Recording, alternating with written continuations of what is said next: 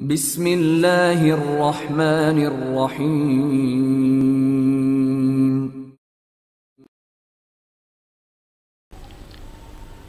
Treaty Imran series, مصنف مظہر کلیم M.A۔ دروازے پر دستک کی آواز سن کر میز کے پیچھے کرسی پر بیٹھے ہوئے ادھیڑ عمر آدمی نے سامنے رکھی ہوئی فائل سے سر اٹھایا اور پھر فائل بند کر کے اسے میز کی دراز میں رکھ دی۔ یس کم ان، ادھیڑ عمر نے قدرے سخت لہجے میں کہا تو دروازہ کھلا اور ایک نوجوان اندر داخل ہوا۔ نوجوان کا قد لمبا تھا اور جسمانی طور پر وہ کوئی باکسر دکھائی دے رہا تھا۔ اس کے چہرے پر سختی کے تاثرات نمایاں تھے۔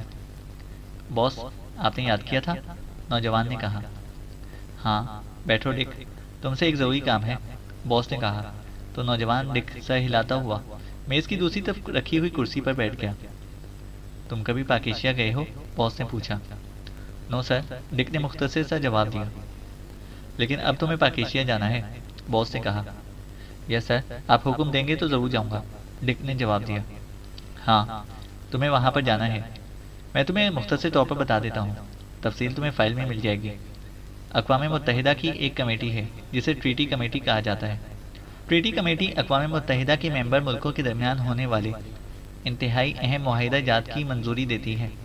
اگر یہ کمیٹی اکثریت رائے سے کسی معاہدے کو مسترد کر دے یا اس میں ترمیم کر دے تو پھر اقوام متحدہ کے قانون کے تحت معاہدہ کینسل ہو جاتا ہے یا اس معاہدہ کرنے والے ملکوں کو ترمیم کرنا پڑتی ہے۔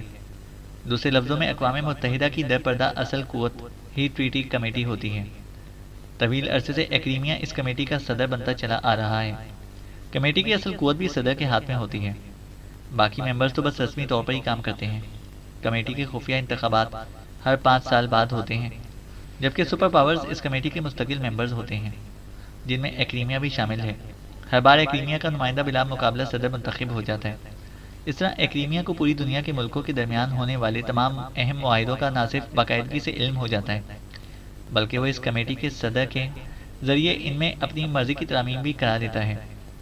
گزشتہ دنوں کمیٹی کا انتخاب ہوا ہے اور اب آئندہ ہفتے کمیٹی کے صدر کا انتخاب ہونا ہے، لیکن اس بار کمیٹی کی صدارت کے لیے ایک امیدوار ایکریمیا کے مقابلے پر آ گیا ہے۔ یہ ملک آران ہے۔ یہ پاکیشیا کا نہ صرف ہمسایہ ملک ہے بلکہ دوست ملک بھی ہے، اور اس کے ساتھ ساتھ مسلم ملک بھی ہے۔ اگر آران کا نمائندہ کمیٹی کا صدر منتخب ہو گیا تو ایکریمیا کو نہ صرف ناقابل تلافی نقصان پہنچے گا بلکہ مسلم ممالک کی اقوام متحدہ میں اجارہ داری بھی قائم ہو جائے گی۔ آران کے ساتھ ایکریمیا کی ویسے بھی مخالفت چل رہی ہے، اس لیے ایکریمیا سفارتی سطح پر بھی آران پر دباؤ نہیں ڈال سکتا۔ لیکن ایکریمیا کو یقین تھا کہ کمیٹی کے 18 ممبرز میں سے اکثریت اس کے ساتھ ہوگی، لیکن ایک خفیہ سروے سے معلوم ہوا ہے کہ پاکیشیا اس معاملے میں آران کی مدد کر رہا ہے۔ پاکیشیا کے سیکرٹری وزارت خارجہ سر سلطان کے تعلقات بیشتر ملکوں کے وزارت خارجہ کے افسران سے انتہائی قریبی اور ذاتی ہیں، اور آران کی حکومت پاکیشیا کے صدر کو کہہ کر سر سلطان کو اپنے حق میں استعمال کر رہی ہے، اور سر سلطان کی کوششیں خاصی کامیاب جاری ہیں۔ اگر ان کوششوں کو نہ روکا گیا تو آران کو کمیٹی کا صدر بننے سے کوئی نہیں روک سکتا۔ حکومت ایکریمیا نے اس سلسلے میں پاکیشیا کے صدر سے بات کی تو پاکیشیا والوں نے جواب دیا کہ وہ اس سلسلے میں کوئی کارروائی نہیں کر رہے، لیکن حکومت ایکریمیا کے پاس ایسے شواہد اور رپورٹیں موجود ہیں کہ سر سلطان اس سلسلے میں کام کر رہے ہیں۔ اس پر فیصلہ کیا گیا ہے کہ سر سلطان کو ختم کر دیا جائے، کیونکہ سر سلطان کے خاتمے کے بعد آران کے نمائندے کا صدر بننے کا اسکوپ خود بخود ختم ہو جائے گا۔ لیکن حکومت یہ نہیں چاہتی تھی کہ اس قتل میں ایکریمیا کا ہاتھ ثابت ہو، چنانچہ ایک پیچیدہ منصوبہ بندی کی گئی ہے۔ کاسٹریا کی سرکاری ایجنسی ماسٹر برین کے اسپیشل ایجنٹ لاگس کو سر سلطان کے قتل کے لیے بھیجا گیا، لیکن حکومت کاسٹریا یہ نہیں چاہتی تھی کہ سر سلطان کے قتل میں کاسٹریا کا ہاتھ ثابت ہو، کیونکہ سب کو معلوم ہے کہ سر سلطان پاکیشیا سیکرٹ سروس کے انتظامی انچارج بھی ہیں۔ اس لیے لامحالہ ان کے قتل کے بعد پاکیشیا سیکرٹ سروس نے قاتلوں کو تلاش کرنا ہے، اس لیے باقاعدہ اسکیم تیار کی گئی۔ لاگس کو پاکیشیا بھجوایا گیا، جبکہ لاگس کے میک اپ میں دوسرے آدمی کو کاسٹریا میں اس انداز میں رکھا گیا کہ اگر پاکیشیا سیکرٹ سروس کو کسی بھی طرح لاگس یا ماسٹر برین کے بارے میں علم ہو جائے تو انہیں یہی معلوم ہو کہ لاگس کاسٹریا سے باہر نہیں گیا۔ چنانچہ لاگس نے وہاں جا کر کام کیا اور سر سلطان پر قاتلانہ حملہ کر کے اپنی طرف سے انہیں ختم کر دیا، اور پھر وہ خاموشی سے واپس آ گیا۔ لیکن پھر معلوم ہوا کہ سر سلطان بچ گئے ہیں اور انہیں کسی خفیہ مقام پر رکھا گیا ہے، لیکن ظاہر ہے کہ اس جیسے آدمی زیادہ دیر تک چھپ نہ سکتے ہیں اور نہ ہی چھپائے جا سکتے ہیں۔ ویسے وہ یقیناً کسی خفیہ ہسپتال میں ہوں گے، ادھر ایک اور اہم رپورٹ ملی ہے جس سے پاک ایشیا سیکرٹ سروس کی انتہائی تیز ترین کارکردگی سامنے آئی ہے۔ پاک ایشیا سیکرٹ سروس کے لیے کام کرنے والا ایک مشہور ایجنٹ علی عمران ہے۔ اس کا کاسٹریا میں ایک دوست ہے، بلیسٹر۔ عمران نے بلیسٹر کو فون کر کے اس سے لاگس کی کاسٹریا میں موجودگی کے بارے میں معلومات حاصل کرنے کی کوشش کی۔ چونکہ یہ سب کچھ باقاعدہ اسکیم کے تحت کیا گیا تھا، اس لیے بلیسٹر نے اسے یہ رپورٹ دی کہ لاگس کاسٹریا سے باہر نہیں گیا۔ اس بات کا علم اتفاق سے حکومت کاسٹریا کو بھی ہوا کہ بلیسٹر نے جس آدمی کے ذریعے معلومات حاصل کی وہ ماسٹر برین کا ہی آدمی تھا۔ اسے حکام کو اس بارے میں اطلاع دے دی، جس پر بلیسٹر کو پکڑا گیا اور پھر اسے معلوم ہو گیا کہ یہ معلومات اس نے پاک ایشیا کے علی عمران کے لیے حاصل کی تھیں۔ باس نے تفصیل بتاتے ہوئے کہا، لیکن کیا لاگس نے وہاں اپنی اصل شکل میں کارروائی کی تھی؟ ڈک نے حیرت بھرے لہجے میں کہا۔ یہ بات لاگس سے پوچھی گئی تو اسے بتایا کہ چونکہ وہ پاک ایشیا پہلی بار گیا تھا اس لیے اس کا خیال تھا کہ اسے وہاں کوئی نہیں جانتا، اس لیے اس نے میک اپ کرنے کی ضرورت ہی نہ سمجھی۔ البتہ جب واردات کے بعد وہ واپس جانے لگا تو اسے خیال آیا کہ کسی نے اسے واردات کے لیے آتے ہوئے نہ دیکھ لیا ہو، اس لیے اسے فوری طور پر ٹرانس میک اپ کر کے اپنے آپ کو مقامی بنا لیا، کیونکہ اس کے ساتھ مقامی لوگ بھی تھے، اس طرح اس کی شناخت نہ ہو سکتی تھی۔ پھر لاگس نے ان مقامی افراد کو بھی ہلاک کر دیا اور ان کی لاشیں جلا کر راکھ کر دی اور خود وہ واپس آ گیا۔ اس کے باوجود عمران کو فوری طور پر کسی طرح بھی یہ معلوم ہو گیا کہ یہ واردات لاگس نے کی ہے، کہ اس نے لاگس کی کاسٹریا میں موجودگی کے بارے میں معلومات حاصل کرنا چاہیے۔ بہرحال وہ یقیناً یہ رپورٹ ملنے پر الجھ گیا ہوگا کہ یہ واردات لاگس نے نہیں کی تو پھر کس نے کی۔ اس طرح کاسٹریا حکومت کا مسئلہ حل ہو گیا، لیکن اب حکومت اکریمیہ یہ نہیں چاہتی کہ سر سلطان زندہ رہیں، اور چونکہ اب ظاہر ہے سر سلطان یا پاک ایشیا سیکرٹ سروس بھی چوکنا ہوگی، اس لیے یہ طے کیا گیا ہے کہ اب ان پر حملہ کسی ایسے ایجنٹ سے کرایا جائے جو انہیں یقینی طور پر ہلاک بھی کر دے اور کسی کو اس کے بارے میں کسی طرح بھی علم نہ ہو سکے۔ چنانچہ میری سفارش پر تمہیں اس کام کے لیے منتخب کیا گیا ہے، کیونکہ تم کبھی پاک ایشیا سیکرٹ سروس کے مقابل نہیں آئے اور نہ کبھی تم نے کسی ایسے مشن پر کام کیا ہے جس سے پاک ایشیا سیکرٹ سروس کو دلچسپی رہی ہو۔ اس کے ساتھ ساتھ تمہارے اندر ایسی صلاحیتیں بھی موجود ہیں کہ تم سر سلطان کو تلاش بھی کر سکو گے اور انہیں ہلاک بھی کر دو گے، باس نے کہا۔ لیکن باس، یہ کام آپ پہلے میرے سپرد کر دیتے، آپ نے خواہ مخواہ کاسٹریا اور اس لاگس کو درمیان میں ڈالنے کی کوشش کی، ڈک نے منہ بناتے ہوئے کہا۔ اس وقت اعلیٰ حکام نے جو مناسب سمجھا ویسے ہی کیا، اور اب جو مناسب سمجھا جا رہا ہے ویسے ہی کیا جا رہا ہے، باس نے سخت لہجے میں کہا۔ سوری باس، مجھے واقعی بات نہیں کہنی چاہیے تھی، ڈک نے جواب دیا۔ اب تم نے یہ کام کرنا ہے کہ فوری طور پر پاک ایشیا جاؤ اور وہاں سے سلطان کو فوری طور پر تلاش کر کے موت کے گھاٹ اتار دو، لیکن کسی کو یہ بات معلوم نہیں ہونا چاہیے کہ یہ واردات کس نے کی ہے، باس نے کہا، اور پھر میز کی دراز کھول کر اس نے ایک فائل نکالی اور ڈک کے سامنے رکھ دی۔ اس فائل میں سر سلطان کی تازہ تصویر، ان کے آفس اور ان کی رہائش گاہ کے بارے میں تفصیلات موجود ہیں، باس نے کہا۔ یس سر، ڈک نے فائل لے کر اسے بغیر دیکھے ہی طے کیا اور کوٹ کی اندرونی جیب میں رکھ لیا۔ اس کام کے لیے تمہارے پاس صرف ایک ہفتہ ہوگا، ایک ہفتے کے اندر یہ کام ہر صورت میں ہو جانا چاہیے، باس نے کہا۔ باس، وہاں پاک ایشیا میں کوئی ایسا گروپ جو وہاں میری مدد کر سکے، ڈک نے کہا۔ نہیں، وہاں کے کسی گروپ سے تم نے رابطہ قائم نہیں کرنا، اپنے گروپ سے بھی تم زیادہ سے زیادہ ایک آدمی ساتھ لے کر جا سکتے ہو، زیادہ نہیں، باس نے کہا۔ پھر میں اپنے ساتھ اینی کو لے کر جاؤں گا، وہ پاک ایشیا کئی بار سیاحت کے لیے جا چکی ہے، اسے مجھے بھی ایک بار ساتھ لے جانے کی کوشش کی تھی لیکن میں نے انکار کر دیا تھا، کیونکہ مجھے مشرقی ملکوں کی سیاحت سے کوئی دلچسپی نہیں، جبکہ اینی کو جنون کی حد تک مشرق کی سیاحت کا شوق ہے، اور ویسے بھی اینی اس مشن میں میری بہترین مددگار ثابت ہوگی، ڈک نے کہا۔ ٹھیک ہے، یہ تمہاری مرضی ہے کہ تم نے کس کا انتخاب کرنا ہے، لیکن یہ کام فوری اور خفیہ طور پر ہونا چاہیے، اس بات کا خیال رکھنا، باس نے کہا تو ڈک سر ہلاتا ہوا اٹھا اور باس کو سلام کر کے واپس دروازے کی طرف مڑ گیا۔ اس کے باہر جانے کے بعد باس نے میز پر رکھے ہوئے فون کا ریسیور اٹھایا اور فون کے نیچے رکھا ہوا ایک بٹن پریس کر دیا۔ یس سر، دوسری طرف سے ایک نسوانی آواز سنائی دی، لہجہ بے حد مؤدبانہ تھا۔ اسپیشل سیکرٹری سے بات کراؤ، باس نے کہا اور ریسیور رکھ دیا۔ تھوڑی دیر بعد گھنٹی بج اٹھی تو اسے ہاتھ بڑھا کر ریسیور اٹھا لیا۔ یس، باس نے کہا۔ اسپیشل سیکرٹری صاحب سے بات کیجیے، باس، دوسری طرف سے کہا گیا۔ ہیلو، بروک بول رہا ہوں، چیف آف سیگر، باس نے کہا۔ یس، دوسری طرف سے ایک باوقار سی آواز سنائی دی۔ لاسٹ مومنٹ پر کام شروع کر دیا گیا ہے، بروک نے کہا۔ تفصیلی ہدایات دے دی گئی ہیں، اسپیشل سیکرٹری نے اسی طرح باوقار لہجے میں پوچھا۔ یس سر، بروک نے جواب دیا۔ اوکے، دوسری طرف سے کہا گیا، اور اس کے ساتھ ہی رابطہ ختم ہو گیا تو بروک نے ریسیور رکھا اور پھر کرسی سے اٹھ کھڑا ہوا۔ اس کے چہرے پر اطمینان کے تاثرات نمایاں تھے۔ عمران دانش منزل کے آپریشن روم میں موجود تھا کہ فون کی گھنٹی بج اٹھی اور عمران نے ہاتھ بڑھا کر ریسیور اٹھا لیا۔ X2 عمران نے مخصوص لہجے میں کہا۔ سلطان بول رہا ہوں جناب۔ عمران اپنے فلیٹ پر موجود نہیں ہے، جبکہ میں اس سے فوری طور پر ملاقات کرنا چاہتا ہوں۔ دوسری طرف سے سر سلطان کی مؤدبانہ آواز سنائی دی۔ میں عمران کو تلاش کر کے کہہ دیتا ہوں، وہ آپ سے فوری رابطہ کر لے گا۔ عمران نے چیف کے لہجے میں جواب دیا اور ریسیور رکھ دیا۔ وہ سمجھ گیا تھا کہ سر سلطان چونکہ ہسپتال میں ہیں، اس لیے وہ نہیں چاہتے کہ درمیان میں بات چیت سنی جا سکے۔ بلیک زیرو کسی کام سے دانش منزل سے باہر گیا ہوا تھا، اس لیے عمران اس وقت آپریشن روم میں اکیلا بیٹھا تھا۔ اسے کاسٹریا میں ایک اور پارٹی کو فون کیا تھا اور اسے لاگس کے بارے میں رپورٹ مانگی تھی، کیونکہ یہ مسئلہ کسی طور پر بھی حل نہ ہو رہا تھا۔ سر سلطان نے حتمی فیصلہ دے دیا تھا کہ اس پر حملہ آور وہی لاگس ہی ہو سکتا ہے، کوئی دوسرا آدمی نہ تھا، کیونکہ بعد میں انہیں اس مخصوص زخم کے علاوہ بھی لاگس کی ایک اور مخصوص نشانی یاد آ گئی تھی۔ لاگس کے دائیں ہاتھ کی کلائی پر نیلے رنگ کی ایک سانپ کی تصویر کھدی ہوئی تھی، جسے اپنی دم منہ میں دبا رکھی تھی۔ جب سر سلطان نے میٹنگ کے دوران لاگس کو دیکھا تھا تو انہوں نے یہ مخصوص نشانی بھی دیکھ لی تھی، لیکن یہ ان کے ذہن سے اتر گئی تھی، جبکہ اب انہیں غور کرنے پر یاد آیا تھا کہ جب اس نے لاگس نے ان پر فائر کھولا تو اس کی کلائی پر وہی نشان موجود تھا، اس لیے وہ ہر صورت میں کنفرم ہو گئے تھے کہ ان پر حملہ آور لاگس ہی تھا۔ ان کی اس کنفرمیشن پر عمران نے کاسٹریا کی ایک اور پارٹی سے کانٹیکٹ کیا، کیونکہ اس کے خیال کے مطابق ہو سکتا تھا کہ بلیسٹر کو غلط معلومات ملی ہوں۔ اس وقت وہ اس پارٹی سے رابطے کے انتظار میں بیٹھا ہوا تھا۔ تھوڑی دیر بعد ہی اس نے ریسیور اٹھایا اور اسپیشل اسپتال کے نمبر ڈائل کرنا شروع کر دیا۔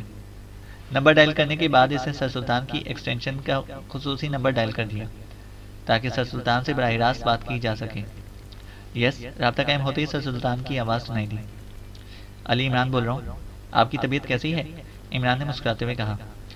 جب سے سر سلطان ہسپتال میں تھے، عمران ان سے مذاق نہیں کرتا تھا، کیونکہ ڈاکٹر صدیقی نے اسے سخت منع کر دیا تھا کہ سر سلطان سے ایسی کوئی بات نہ کی جائے جس سے ان کا کہا نکل جائے، کیونکہ اس طرح ان کے اندرونی ٹانکے ٹوٹ سکتے تھے یا کوئی بھی دوسری پیچیدگی پیدا ہو سکتی تھی۔ اس لیے عمران اس بارے میں محتاط ہو گیا تھا۔ اب بہتر ہے، لیکن میں اس قید سے تنگ آ گیا ہوں، سر سلطان نے جواب دیا۔ میری ڈاکٹر صدیقی سے بات ہوئی تھی۔ ڈاکٹر صدیقی کا کہنا ہے کہ ابھی آپ کو واپس نہیں بھیجا جا سکتا، کم از کم 2 ہفتے تک، عمران نے جواب دیا۔ بہت سے کام پڑے ہوئے ہیں، انتہائی اہم کام۔ گو، میں کوشش تو کر رہا ہوں کہ یہیں سے اپنے ماتحتوں کو ہدایت دے دوں، لیکن اس کے باوجود بہت سے اہم کام ہیں جو صرف میرے کرنے کے ہیں، سر سلطان نے کہا۔ کام تو آپ ساری عمر ہی کرتے رہے ہیں اور انشاءاللہ کرتے رہیں گے۔ فی الحال آپ اپنی صحت کی طرف توجہ دیں۔ آپ نے چیف کو کال کیا تھا، اس نے مجھے کہا تھا کہ میں آپ سے فوری طور پر رابطہ کروں۔ خیریت؟ عمران نے کہا۔ ہاں، میں تمہارے ذمہ ایک کام لگانا چاہتا ہوں، اور وہ یہ کہ تم جنوبی مغربی افریقی ملک کامرون جاؤ اور وہاں کے چیف سیکرٹری سرگاشا سے ملو اور انہیں میرا ایک خفیہ پیغام دو، سر سلطان نے کہا۔ خفیہ پیغام؟ کیا مطلب؟ میں سمجھا نہیں آپ کی بات، عمران نے حیران ہو کر کہا۔ آج صدر صاحب نے مجھ سے اس سلسلے میں بات کی ہے۔ اصل معاملہ یہ ہے کہ اقوام متحدہ کے تحت ایک خصوصی کمیٹی ہوتی ہے جسے ٹریٹی کہا جاتا ہے۔ یہ ٹریٹی انتہائی بااثر کمیٹی ہوتی ہے، ہر 5 سال بعد اس کا انتخاب ہوتا ہے، لیکن سپر پاورز اس کی مستقل ممبرز ہوتی ہیں۔ یہ کمیٹی اقوام متحدہ کے ممبرز ممالک کے درمیان ہونے والے انتہائی اہم معاہدوں کو پاس کرتی ہے۔ اگر کمیٹی پاس کر دے تو معاہدہ ہوتا ہے، ورنہ نہیں، اور اگر یہ کمیٹی اس میں کوئی ترمیم تجویز کر دے تو پھر یہ ترمیم لازمی کرنی پڑتی ہے۔ اب تک اس کمیٹی کی صدارت مسلسل ایکڈیمیا کے پاس رہی ہے، اور ایکڈیمیا اس کمیٹی کی صدارت کی بنیاد پر پوری دنیا کے معاہدوں کو کنٹرول کرتا آیا ہے۔ مسلم ممالک کے درمیان ہونے والے معاہدوں کے بارے میں اس کمیٹی کا رویہ بے حد جانبدارانہ اور سخت رہا ہے، جس کی وجہ سے اس بار مسلم ممالک نے فیصلہ کیا ہے کہ ٹریٹی کی صدارت کسی مسلم ملک کے پاس ہونی چاہیے۔ اس سلسلے میں آران کا انتخاب کیا گیا ہے، کیونکہ آران پر ایکڈیمیا دباؤ نہیں ڈال سکتا۔ چنانچہ آران کے لیے سب مسلم ممالک نے درپردہ کام شروع کر دیا، جبکہ ایکڈیمیا کو یہی بتایا گیا کہ ایسا نہیں ہو رہا۔ پاک ایشیا کی طرف سے آران کے نمائندے کو صدر بنانے کا زیادہ تر کام میرے ہی ذریعے ہو رہا ہے، کیونکہ میرے ذاتی تعلقات بھی کمیٹی کے ممبرز ممالک کی وزارت خارجہ کے اعلیٰ افسران سے ہیں، لیکن اب میں یہ کام خود نہیں کر سکتا، جبکہ میرے کام نہ کرنے کی وجہ سے معاملات میں کافی بگاڑ آتا جا رہا ہے۔ صدر صاحب نے اس سلسلے میں مجھ سے بات کی اور بتایا کہ انہیں آران کے صدر کی طرف سے بتایا گیا ہے کہ جنوبی مغربی افریقی ملک کامرون، جسے پہلے آران کے لیے پوری طرح ہموار کر لیا گیا تھا، اب اس نے دوبارہ ایکڈیمیا کا ساتھ دینے کا فیصلہ کر لیا ہے۔ کیونکہ کریمیا کا دباؤ ان پر بہت بڑھ گیا ہے۔ کامرون کی وزارت خارجہ کے سیکرٹری سرگاشا کامرون میں بے حد بااثر آدمی ہیں اور ان سے میری ذاتی دوستانہ تعلقات بھی ہیں۔ میں انہیں سلسلے میں خصوصی پیغام بھیجوانا چاہتا ہوں کہ وہ اپنا اثر و رسوخ استعمال کر کے کامرون کا ووٹ آران کے حق میں ڈلوا دیں، لیکن یہ پیغام فون پر نہیں دیا جا سکتا، اس لیے میں چاہتا ہوں کہ تم خاموشی سے وہاں پر جاؤ اور یہ پیغام انہیں اس انداز میں پہنچاؤ کہ ان کے علاوہ اور کسی کو اس کا علم نہ ہو سکے، سر سلطان نے کہا۔ لیکن کیا یہ ضروری ہے کہ کام میں ہی کروں؟ پیغام ہی پہنچانا ہے تو کسی دوسرے ممبر کے ذریعے بھی بھیجوایا جا سکتا ہے، عمران نے کہا۔ ہاں ایسا بھی ہو سکتا ہے، لیکن بس یہ خیال رکھنا ہے کہ وہاں ایکریمی ایجنٹوں کو اس کا علم نہ ہو سکے، کیونکہ ایکریمیا نے ممبر ملکوں کی وزارت خارجہ اور متعلقہ افسران کے گرد باقاعدہ ایجنٹوں کا جال پھیلا رکھا ہے، سر سلطان نے کہا۔ ٹھیک ہے، کام ہو جائے گا، آپ بے فکر رہیں، لیکن اگر آپ اسپتال میں نہ ہوتے تو پھر آپ کس طرح یہ پیغام پہنچاتے؟ عمران نے کہا۔ پھر میں سرکاری دورہ رکھ لیتا اور بات ہو جاتی، لیکن اب میں خود وہاں نہیں جا سکتا، سر سلطان نے کہا۔ اوکے، پیغام مجھے کہاں سے ملے گا؟ عمران نے پوچھا۔ میں نے ڈپٹی سیکرٹری سلیم کو ہدایت کر دی ہے، تم اس کی رہائش گاہ پر جا کے اس سے پیغام کا لفافہ لے سکتے ہو، وہ تمہیں اچھی طرح جانتا ہے، سر سلطان نے کہا۔ ٹھیک ہے، آپ بے فکر رہیں، آپ کا کام ہو جائے گا، عمران نے کہا۔ تو دوسری طرف سے سر سلطان نے اوکے کہہ کر رابطہ ختم کر دیا، تو عمران نے بھی ریسیور رکھا اور پھر سامنے دیوار پر لگے ہوئے کلاک میں وقت دیکھ کر اس نے ایک بار پھر ریسیور اٹھایا اور نمبر ڈائل کرنا شروع کر دیا۔ یس سیکرٹری ٹو جانسی پیٹرک، رابطہ قائم ہوتے ہی ایک نسوانی آواز سنائی دی۔ پیٹرک کو بے شک تم اپنے ساتھ ہی لے جاؤ سیکرٹری صاحبہ، لیکن جانسی سے میری بات کرا دو، میں پاکیشیا سے علی عمران بول رہا ہوں، عمران نے مسکراتے ہوئے کہا۔ مادام جانسی پیٹرک کو علیحدہ کریں گی تو کوئی اور انہیں ساتھ لے جائے گا، ویسے آپ یہ مشورہ تو اسے دے کر دیکھیں اور اب بات کریں، اسی طرف سے سیکرٹری نے مسکراتے ہوئے جواب دیا۔ ہیلو، جانسی بول رہی ہوں، دوسرے لمحے ایک چیختی ہوئی لیکن انتہائی کرفت سی نسوانی آواز سنائی دی۔ پیٹرک کو چھوڑ دیا تم نے شاید، عمران نے مسکراتے ہوئے کہا۔ کیا کہہ رہے ہو تم؟ کون ہو تم؟ جانسی کا لہجہ پہلے سے بھی زیادہ سخت ہو گیا تھا۔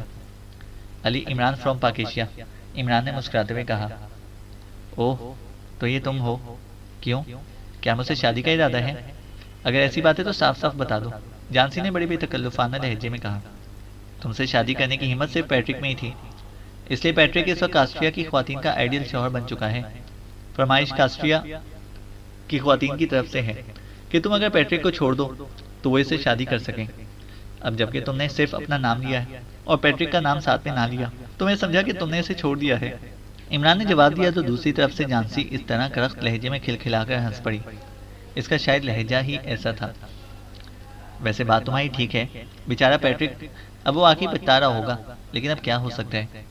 جانسی سے شادی کرنے کے بعد وہ پوری دنیا کی عورتیں اس کے لیے لاشیں بن چکی ہیں، اور اسے اچھی طرح معلوم ہے کہ جس روز اس نے میرے علاوہ کسی اور عورت کو زندہ سمجھا تو وہ خود لاش میں تبدیل ہو جائے گا، جانسی نے ہنستے ہوئے کہا۔ اور تم بیوہ کے عہدہ جلیلہ پر فائز ہو جاؤ گی، کیوں؟ عمران نے کہا، تو جانسی ایک بار پھر کھلکھلا کر ہنس پڑی۔ اچھی چوٹ کرتے ہو، بہرحال تمہارا کام ہو گیا ہے۔ لاگس پچھلے دنوں خفیہ طور پر پاکیشیا گیا تھا، جبکہ اس کی جگہ ماسٹر برین نے اس کے میک اپ میں ایک آدمی کو رکھا ہوا تھا، لیکن اس کی نقلی لاگس سے یہ حرکت ہو گئی کہ وہ لاگس کی دوست لڑکیوں کے فلیٹ پر پہنچ گیا، اور یہ تو تم بھی جانتے ہو کہ دوست لڑکیوں کی آنکھوں میں دھول نہیں جھونکی جا سکتی۔ چنانچہ اس نقلی لاگس کی اس لڑکی نے خوب پٹائی کی اور اسے فلیٹ سے باہر نکال دیا، جانسی نے تفصیل بتاتے ہوئے کہا۔ لیکن تم سے پہلے بلیسٹر نے مجھے بتایا تھا کہ لاگس ایک ماہ سے ملک سے باہر نہیں گیا، عمران نے کہا۔ بلیسٹر کو درست معلومات نہیں مل سکی تھی، اور ویسے بھی وہ جلدی کرتا ہے، اس لیے اس نے جو معلومات بھی ملی ان پر ہی اعتماد کر لیا، جبکہ میں معلومات کو ٹھونک بچا کر چیک کرتی ہوں، اور لاگس کی دوست لڑکی سے خود مل کر اس سے سارے حالات معلوم کیے ہیں۔ ویسے اب لاگس یہاں پر موجود ہے، جانسی نے جواب دیا۔ کیا ایک کام اور ہو سکتا ہے کہ اس لاگس کو پکڑ کر اس سے معلومات حاصل کی جائیں؟ عمران نے کہا۔ اوہ نہیں، وہ اسپیشل ایجنٹ ہے اور ہر درجے خطرناک آدمی ہے، میں پیٹرک کو رنڈوا بنا کر دوسری عورتوں کے لیے کھلا اسکوپ نہیں پیدا کر سکتی، جانسی نے جواب دیا، تو عمران بے اختیار ہنس پڑا۔ اوکے، شکریہ، تمہارا معاوضہ پہنچ جائے گا، گڈ بائے، عمران نے کہا اور ریسیور رکھ دیا۔ اب اسے فیصلہ کر لیا تھا کہ وہ سر سلطان کا پیغام لے کر خود کامرون جائے گا اور پھر واپسی پر کاسٹریا ہوتا ہوا آئے گا اور خود اس لاگس کو پکڑ کر اس سے ساری معلومات حاصل کر کے واپس آئے گا۔ چینل کو سبسکرائب کریں اور بیل آئیکن کو پریس کریں تاکہ ہماری ہر اپڈیٹ آپ کو بر وقت مل سکے۔